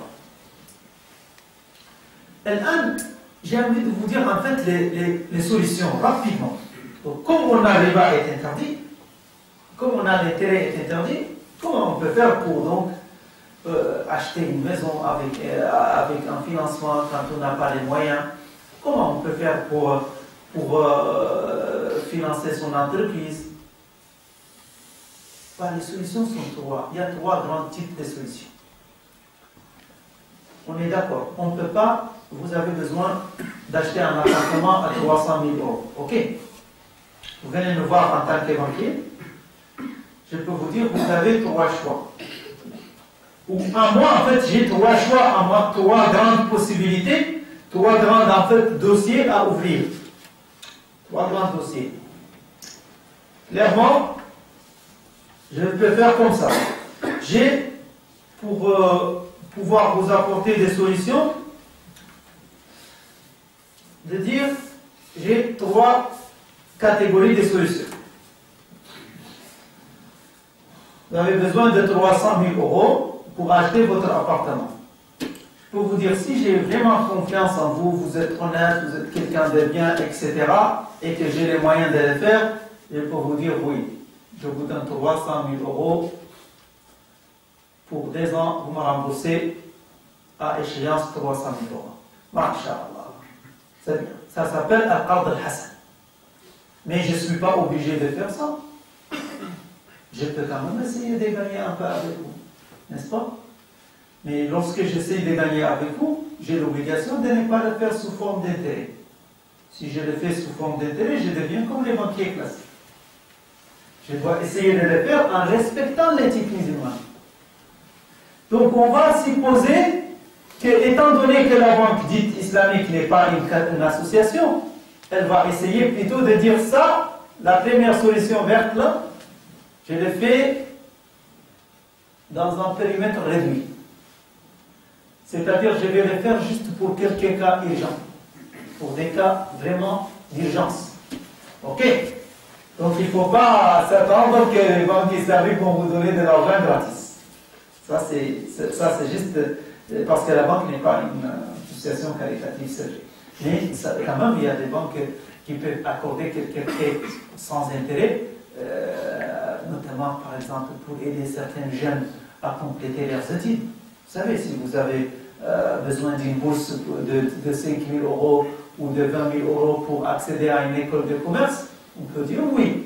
Votre situation, oui. On étudie votre dossier, on vous donne dans les cadres de ces côtés-là. Il faut rembourser seulement les capitales prêtés. Ok? Ça s'appelle Al-Qard Al-Hassan. Et c'est très valorisé en islam parce que dans l'islam, on dit qu'Al-Qard Al-Hassan est récompensé 8 fois plus que l'acte de sadaqa. لأن رسول الله صلى الله عليه وسلم قال في حديث رواه عن أنس بن مالك رضي الله عنه أن رسول الله قال حديث لأنس بن مالك رضي الله عنه أن رسول الله صلى الله عليه وسلم رأى على باب الجنة مكتوبة القرض ب18 حسنة والصدقة ب10 حسنات. شو كيفاش ما شاء الله. القرض لما تقرض الإنسان عندك أكثر من الحسنات كلما تعطيه. وعلاش؟ لأنك لما تقرض زيد الثقة. Tu responsabilises. Ce texte que je viens de dire en arabe est un texte de hadith qui dit que l'acte de prêter sans intérêt est plus récompensé en islam que l'acte de sadaqa. Parce que l'acte de sadaqa ou de donation ou de dons, de l'aumône, c'est bien récompensé bien sûr, mais ce n'est pas une solution à généraliser parce que ça risque de pousser à l'assistanat. Ça risque de pousser les gens à ne pas produire, à être un peu des petits profiteurs, ou des gens qui pensent, alors que, comme on l'a dit au départ, au début, l'islam incite les gens, incite en tout cas les fidèles, à essayer d'être productifs, à faire le maximum pour être productifs, et de ne pas rien faire. Non, le musulman, il يعمل وقل يعملوا فسيرى الله عملكم ورسوله والمؤمنون. Donc, mais c'est important quand même de garder à l'esprit que c'est une solution. Ok? La deuxième solution qui n'est pas gratuite, ça, on appelle ça باللغة العربية بعقود التبرعات. Les contrats qui sont basés sur une logique de solidarité, sur une logique de bienfaisance. Donc, ce que je prête comme ça, je ne cherche pas du gain, je cherche la récompense spirituelle. Je cherche en fait aussi à affirmer ma solidarité. Mais dans ma religion, étant donné que la religion islamique en tout cas est pragmatique, on n'a pas d'interdiction à ce que vous cherchez à gagner, licitement. Donc je peux vous proposer les autres solutions. Là maintenant, on passe vers l'autre solution. Vous avez besoin de 300 000. Je vous dis, ok, je peux rentrer avec vous comme partenaire. Vous me dites oui, mais il faut qu'on négocie les modalités. Je vous dis ok, on négocie les modalités. Vous avez besoin de 300 000 pour acheter votre appartement. Moi, je suis prêt à venir en aide, de vous venir en aide. Vous avez pu, par exemple, collecter jusqu'à 30 000. Il vous manque beaucoup, il vous manque 90%. Ok, mais vous avez 10% du capital. Vous dites, ok, moi j'apporte les 90% qui restent. Parce que je suis banquier, j'ai de l'argent à investir. Je suis partenaire, mais c'est dans une logique d'investissement. Parce qu'à terme, je vais vous le vendre mes parts. Je ne suis pas là pour vous donner vice-là, c'est pour vous donner en gagnant un peu avec vous, mais en évitant les bas. Donc je vous apporte les 90% qui restent. Et dès la première année, on commence à vous revendre les parts qui nous reviennent. Jusqu'à que vous accédez à la propriété complète, intégrale de votre appartement. Voyez-vous, c'est un procédé de transfert de propriété graduellement. Ok? On appelle ça المشاركة المتناقصة, c'est-à-dire la participation dégressive. Je rentre comme partenaire et puis je vais vous les vendre mes parts petit à petit. C'est clair c'est clair? Non, c'est pas clair. Si à la durée, il gagne comment? Il gagne l'argent, mais il gagne dans la revente. Parce que quand l'appartement coûte 300 000, on a dit vous avez apporté 30, moi j'achète en fait j'apporte les 90% qui restent, je suis copropriétaire. Ok? Donc vous allez payer un loyer. Parce que vous allez payer un loyer qui correspond à 90% parce que vous n'êtes pas propriétaire complètement de l'appartement. On a acheté ensemble. Mais c'est toi qui vas habiter dedans parce que moi je suis le banquier, je n'ai pas besoin de... Par exemple, je schématise un peu, je ne suis pas un banquier. Mais la banque n'est pas... La banque n'est qu'un intermédiaire financier. Donc elle est copropriétaire avec vous, c'est vous qui va tirer profit du bien, de la location, de l'usufruit du bien. Donc vous payez un loyer. Et dans ces loyers, c'est intégré une part qui rémunère la banque parce qu'il est copropriétaire. Voyez-vous? Et cette part-là va diminuer parce que aux premières années, vous êtes propriétaire juste de 10%. La deuxième année, vous allez être, en fonction du rythme du loyer, etc., vous allez être peut-être, on va dire, propriétaire à 40%, donc vous allez payer un peu moins. Et au fur et à mesure, jusqu'à que la dernière année, vous allez payer presque rien du tout. Voyez-vous? Ça, moi, la banque se rémunère donc à travers ce procédé. Ça n'existe pas encore. Mais ça peut se faire parce que en France, il y a une instruction fiscale. Il y a dans le droit français depuis 2010, on a intégré des solutions, de solutions financières islamiques, en tout cas au niveau de l'administration fiscale. Aujourd'hui, théoriquement, je peux vous dire que cette technique-là peut être faite. Il y a une autre technique qui réside dans la troisième solution qui est encore applicable et qui est déjà appliquée en France. Je vais en parler. C'est dans la troisième solution. Là, je vous ai parlé de la solution la plus solidaire, moyennement solidaire, pas forcément solidaire. Vous avez compris? Vous avez compris? Solution solidaire, 100% solidaire. Je vous donne la somme qui vous manque, vous me remboursez le capital. Moyennement solidaire, parce que je suis quand même partenaire avec vous, et vous voyez, c'est modéré, c'est pour ça que j'appelle ça moyennement solidaire. C'est les participatifs. C'est les solidaires, c'est les solutions participatives, et c'est la solution gagnant-gagnant. Dans la solution pas forcément solidaire, parce que c'est gagnant-gagnant, qu'est-ce que je vous propose? Je vous propose donc d'acheter les biens. C'est moi qui vais acheter les biens, je deviens propriétaire, et puis je vais les vendre plus cher. On est d'accord, parce que je ne suis pas là pour vous faire... je suis là pour gagner avec vous, parce que j'ai des déposants derrière moi qui quand même veulent gagner un peu de l'argent. Parce que quand la banque qui fait ça pour vous débloquer votre situation, pour répondre à votre besoin, c'est aussi pour vous faire gagner halalement ceux qui ont mis de l'argent sur la table pour vous permettre d'acheter des biens. Il faut raisonner pragmatiquement. Donc, la banque peut, et au jour d'aujourd'hui, les banques islamiques, beaucoup de banques islamiques préfèrent ce type. C'est la réalité. Beaucoup préfèrent ce type, pourquoi? J'arrive. Beaucoup préfèrent ça, pourquoi? Parce que c'est commode, c'est pratique. En France, depuis 2010, il y a eu des instructions fiscales qui ont été publiées. Et parmi ces instructions fiscales, justement, il y en a une qui encadre, par exemple, la murabaha, qui est la technique d'achat et de revente pour permettre à des consommateurs musulmans d'accéder à la propriété, d'acheter leur maison ou de voiture.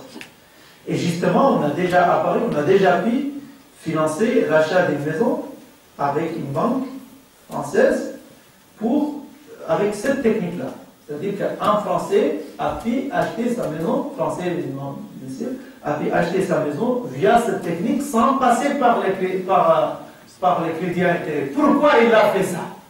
Il aurait pu faire les crédits à intérêt, mais parce qu'il a l'envie, les choix de respecter ses propres valeurs. Il a le droit ou pas? Bien sûr qu'il a le droit. C'est tout comme les consommateurs bio. Moi, je peux vous dire une chose. Les consommateurs de ces produits-là, on peut raisonner comme ça, pragmatiquement. Les clients qui vont essayer de trouver ces solutions, ce sont des consommateurs comme vous, des consommateurs comme c'est tout le monde, mais qui ont des propres préférences, leurs propres valeurs. Et qui, au lieu d'opter pour des solutions banales, classiques, ils veulent respecter certaines éthiques. Il vient donc demander ça. C'est pour ça que j'ai envie de vous dire que les consommateurs de l'argent halal ou les demandeurs de l'argent halal sont un peu comme les demandeurs de la viande halal ou de l'alimentation halal. Et il ne faut pas s'étonner que, Inch'Allah, c'est vrai qu'au jour d'aujourd'hui, il n'y a pas encore beaucoup de solutions en France pour ça. Mais ça va venir. Il n'y a aucun doute là-dessus. Pourquoi? Parce que selon certaines études, il y a à peu près 1 million de clients, de musulmans français qui désirent trouver ce type de produit, selon une étude statistique réalisée par un sondeur IFO. Pour aussi, ce qui a cette idée, c'est que si vous regardez par exemple les marchés du halal, souvenez-vous des années, peut-être certains d'entre vous les plus âgés peut-être, ils se souviennent que dans les années 80, dans les années 70, même dans les années 90, il n'y avait pas suffisamment d'alimentation halal. Alors qu'aujourd'hui, les marchés des halal cartonnent. Les marchés des halal, c'est estimé à 5 milliards de dollars, selon certaines études statistiques. Et les marchés de la finance islamique, actuellement, a dépassé déjà, selon des études réalisées par des cabinets de conseil, a déjà dépassé les 1000 milliards de dollars. Trillions. 1000 milliards de dollars des actifs gérés de façon qui respectent un peu les principes de l'éthique musulmane dans le monde. Et ceci a de l'avenir, donc c'est important. Non seulement il est nécessaire que chacun d'entre vous pose la question déjà, ne serait-ce que pour s'initier un peu, pour savoir un peu quelles sont les spécificités et quelles sont les garanties aussi, parce que ces produits-là, pour que l'on puisse les commercialiser, il faut savoir une chose, il faut respecter un cahier des charges bien déterminé, des règles bien identifiées, tout comme le halal. Pour qu'une alimentation soit halal, il faut respecter ce qu'on appelle les règles de Turquie, al-Zakat, chapitre connu dans le titre. Et pour que également le montage de financement et d'investissement soit halal, il faut également respecter un cahier des charges techniques clairement identifié, basé sur les principes, les essentiels principes que l'on a évoqués tout à l'heure. Pas de haram, pas de maïsir, pas de riba. Comme il dit Averroès, أمهات الفساد في العقود المالية أمهات الفساد في العقود هي هذه الغرر والميسر والربا. ولذلك نسأل الله سبحانه وتعالى أن يجنبنا وإياكم الغرر والربا وما شابه، وأن يهدينا وإياكم سواء السبيل، وأن يجعلنا من المسلمين في نصرة الإسلام والمسلمين وفي كل ما هو مفيد لبني آدم، لبني البشر أجمعين في مشارق الأرض ومغاربها. تلك غايتنا، ذلك رجاؤنا من الله سبحانه وتعالى أن يسهل لنا وإياكم أن نكون مفيدين للمجتمع الذي نعيش فيه. Qu'Allah subhanahu wa ta'ala fait que l'on soit tous des êtres utiles là où on se trouve. وما ذلك على الله بعزيز. ولكم الآن يعني كلام إذا أردتم أسئلة. Je crois que, à mon avis, ça a été très clair, l'exposition sur le riba. Je pense qu'effectivement, c'est clair. En tous les cas, moi, j'en suis convaincu, je l'étais bien avant. Et que s'il y a des doutes encore aujourd'hui, il y a vraiment un souci. Voilà. En attendant, simplement une chose, c'est que je voudrais... J'ai essayé au maximum d'être explicite. Et j'espère que les choses étaient claires. Mais s'il y a vraiment une question, n'hésitez pas. On a quelques minutes. Si vous avez une question rapidement, Alors moi j'aurais deux questions. Donc la première c'était par rapport à la bourse. Apparemment j'ai vu qu'il était halal, d'après ce que j'ai compris de ce que vous avez dit, qu'il est halal de prendre qu'une banque ou même je pense quelqu'un, un individu normal, un acteur économique, disons près dans une part d'une entreprise, mais qui participe au risque. Alors la bourse, que j'aimerais savoir, c'est un peu ce principe-là également, c'est-à-dire j'achète une action. J'ai compris. Je réponds à la question rapidement. La bourse, en tant que telle, vous savez, on n'a pas des avis tranchés comme ça sur la chose. Une chose peut être, il y a des choses bien, des choses moins bien. Pour chaque chose.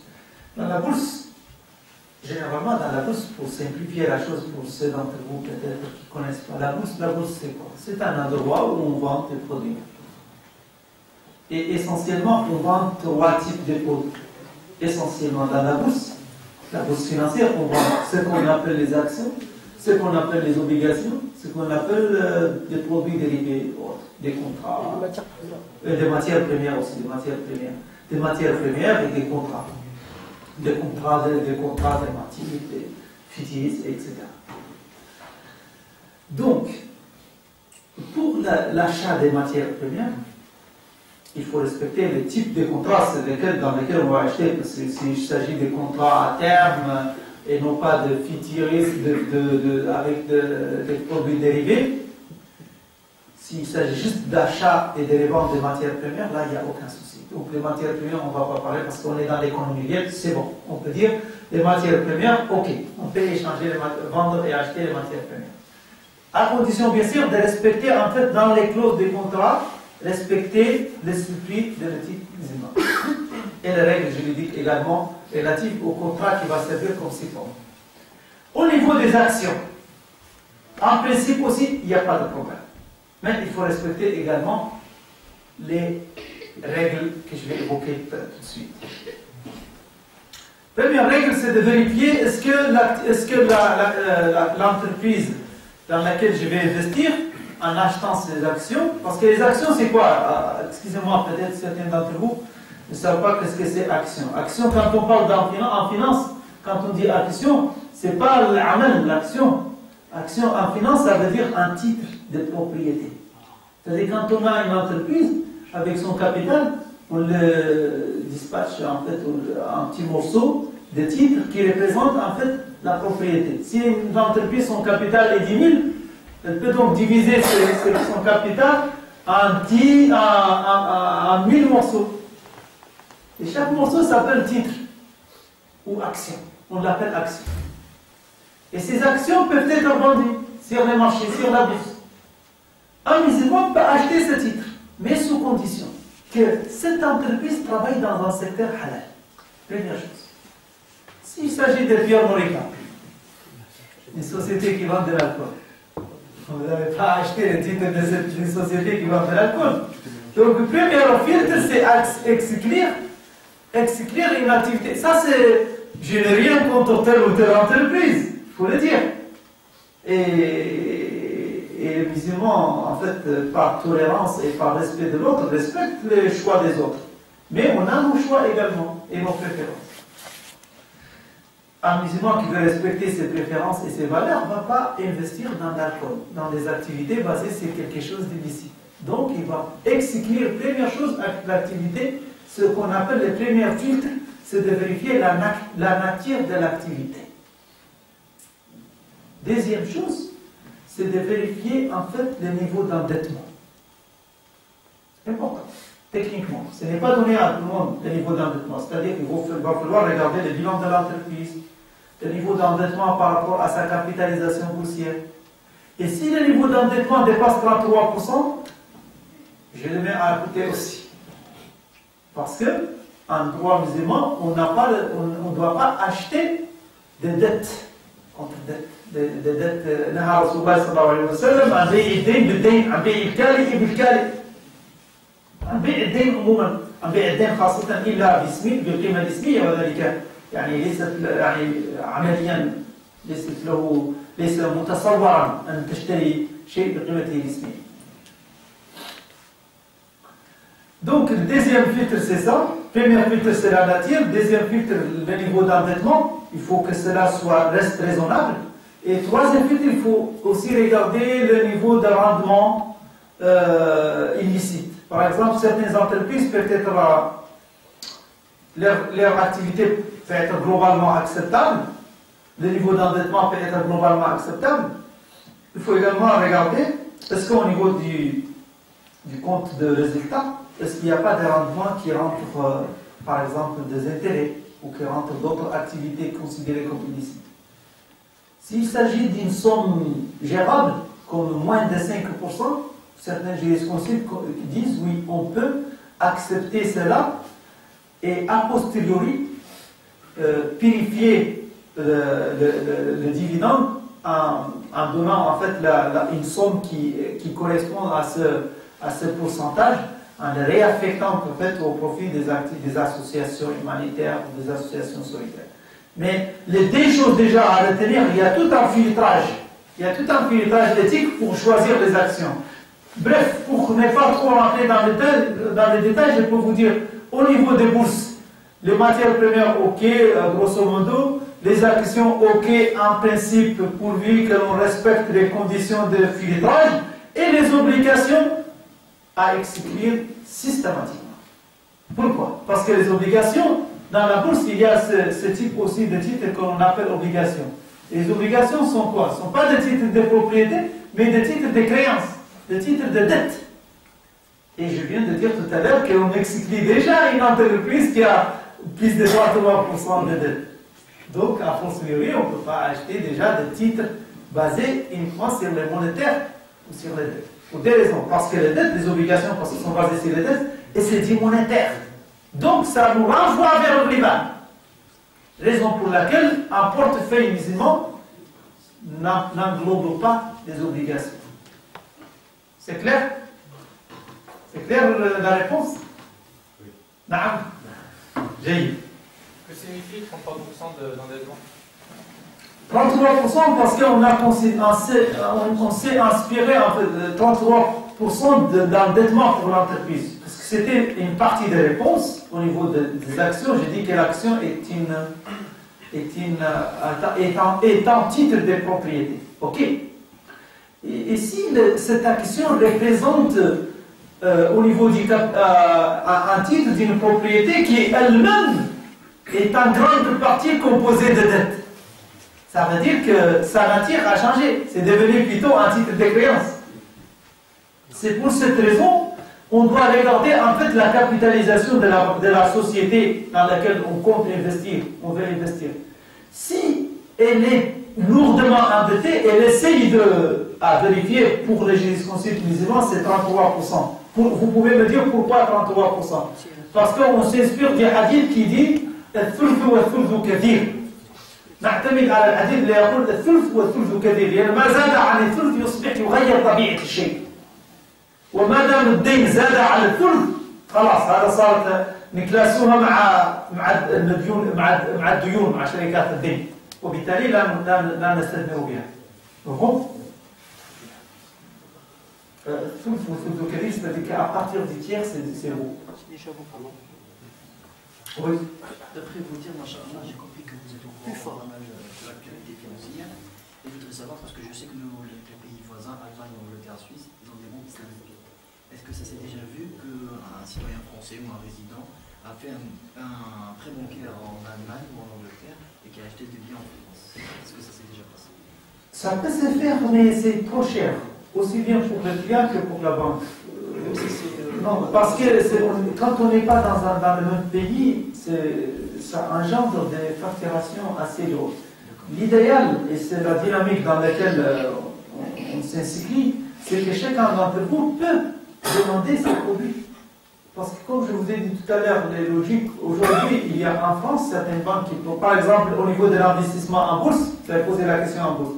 Aujourd'hui, il y a une banque française qui propose un investissement compatible avec la Sharia à travers un fonds qui s'appelle Karama.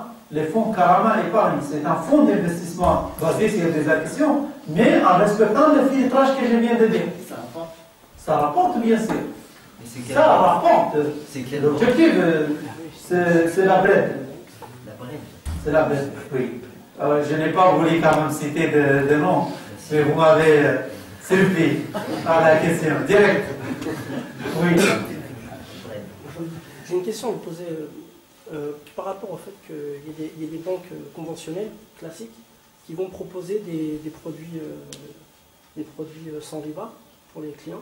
Est-ce que c'est normal qu'on puisse accéder à des crédits avec une banque qui fait du riba et en même temps qui fait des... Très bonne question.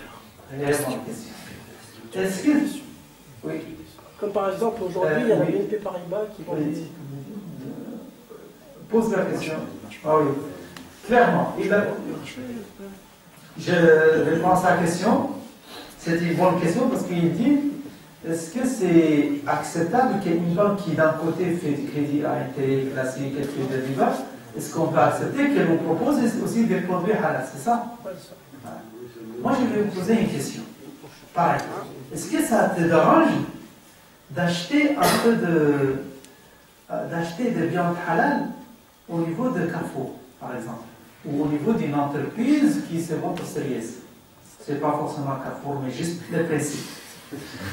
C'est pas forcément Carrefour, mais juste le principe. C'est les grandes surfaces. Ça veut dire que c'est pour ne pas. Voilà. C'est pour vous dire que peu importe si une entreprise, l'essentiel c'est est-ce qu'il y a un cahier des charges à respecter et est-ce qu'il y a des contrôles, est-ce qu'il y a des gardes. Ça la question. Parce qu'un musulman peut acheter de la viande halal au fait de non-musulmans. Si, et seulement si, il y a des mécanismes qui garantissent et contrôlent. Parce que même un non-musulman, il y a des non-musulmans qui vendent de l'alcool. Et il y a des non-musulmans aujourd'hui qui vendent des produits financiers certifiés 100% halal. Avec des grands savants, des grandes choses, comme l'imam Yaqoubi par exemple au Bahreïn. Il y a des grandes banques, comme la je ne vais pas dire le nom, il y a des grandes banques, par exemple, aussi, qui proposent des produits financiers sharia compatibles avec des certifications 100% halal. En France, ça commence. Je vais dire. Je vais vous dire comment on peut s'assurer en fait du mécanisme. Qu'est-ce qu'on doit faire? Le principe est acceptable. Même quand une banque aujourd'hui veut proposer une offre financière halal, on exige des choses essentielles. Premièrement, il faut qu'il y ait une séparation de flux financiers. C'est-à-dire il faut une séparation comptable des choses. L'argent n'a pas d'odeur, mais il faut que les mécanismes soient corrects. Par exemple, la banque qui va ouvrir, il y a des banques qui va ouvrir des comptes d'investissement ou des comptes de courant ou d'autres, elle doit gérer ses comptes qui respectent la charia à part.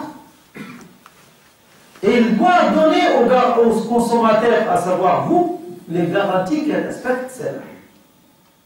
Quelles sont les garanties pour qu'elle respecte cela?